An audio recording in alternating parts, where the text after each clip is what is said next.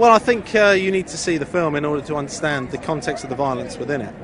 Well, I think it's par for the course that I wasn't going to get good reviews, and I suppose when we first came up with the concept, that it was inevitable that it would have been met with some resistance. It was about the concept. I'm interested in cons and confidence tricks, and ultimately it's about a trick of the mind. Ultimately the film is about, the only real enemy is essentially a conceptualized version of yourself.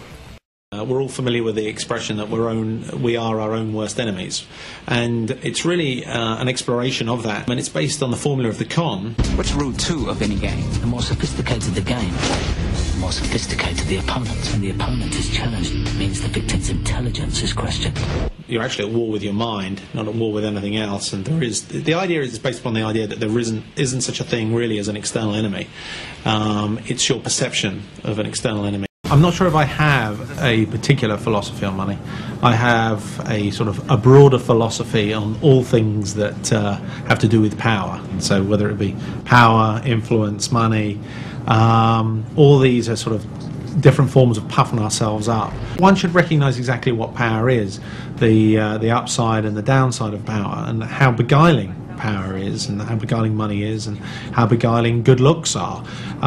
Anyone that has a currency within the physical domain, their curses are their blessings, and their blessings are their curses. And I'm sure anyone that's lived for more than 10 years has seen the flip side of a blessing. So really it's an exploration. The movie is an exploration about that very concept. It's a film about you being your own worst enemy, as in the individual being their own worst enemy.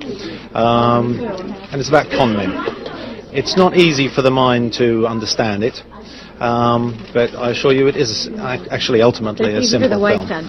I love the elevator scene with Jason. I think it's probably one of the best moments of cinema history. Yeah. Well, thank you, Mrs. Ritchie.